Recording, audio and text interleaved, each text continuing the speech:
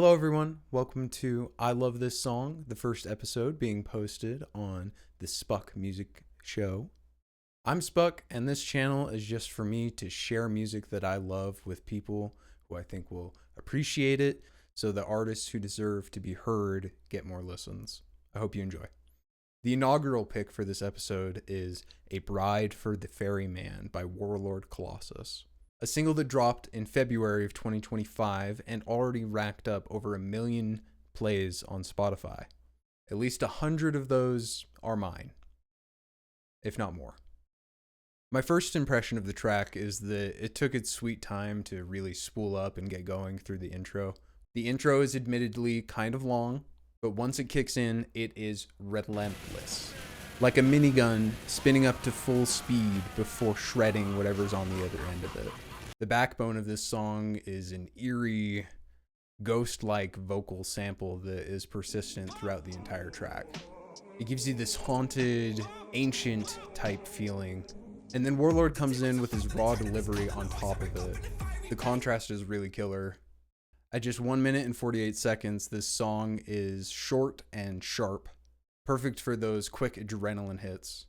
I've had this on repeat while working out, and honestly, it is ideal for giving you a little spike of adrenaline right when you need it.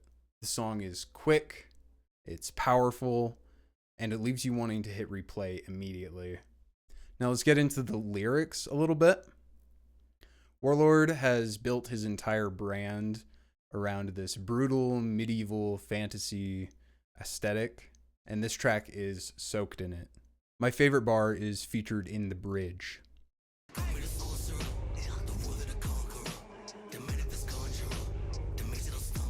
Now they call me the sorcerer, the warlord, the conqueror, the manifest conjurer, the magic don't stop, I'm up. When I hear that, it doesn't feel like just rap. It feels like he's carving out a mythos. It reminds me of Fire and Blood by George R.R. Martin. Every name and title adds to a bigger universe. What makes it smart is that instead of just flaunting his wealth and status, Warlord has elevated himself to this mythic archetype. He's not just bragging about chains and cars. He's claiming titles like Sorcerer, Conqueror, and Manifest Conjurer. The language reads more like a spell rather than a lyric, and it pulls the listener straight into his world. I think it is genius branding. And I do have to mention the ad-libs. Warlord is kind of famous for them. Those yus are doing more than just filling space. They add this guttural, almost beast-like growl to the track. It gives the song texture, reminding you that it is raw, real, and lived in. The fantasy is there, but it's not polished. Additionally, the ad-libs act like punctuation to the end of lines and keep the song charging forward. Another thing I love about Ferryman is the structure. I think it's really unique. There's no real chorus, no clean hook that you can sing along to. Instead, it's built on 4 back-to-back verses. They all ramp up in energy before cutting off. That compressed structure makes it feel like a white-hot ripper of a song. And it burns out before you're ready for it to end. And here's the thing, it never gets boring. Warlord is constantly shifting his delivery in between verses. Sometimes he's attacking the beat head-on.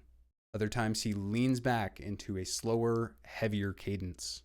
That variety keeps the track alive even though it's short. The atmosphere is also worth mentioning. The vocal sample that I mentioned earlier, it's almost like the air around the track. It floods the zone with noise and leaves just enough room for the drums and the bass, which are pretty simple, but still hard-hitting. They're effective. No frills, no distractions. Warlord's voice ties it all together, and it feels like an instrument all of its own. So in doing my research for this song, I never really figured out what A Bride for the Ferryman meant. So here's what I want to know. What do you think the title means? Is it a direct nod at Chiron? Is the bride a metaphor for sacrifice? Or maybe for the devotion to art?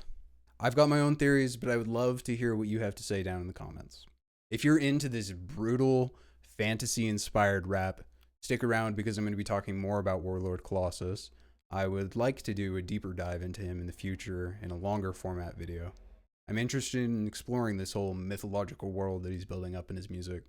Thank you for tuning into I Love This Song. And it's all just me sharing music that I love. Catch you in the next one.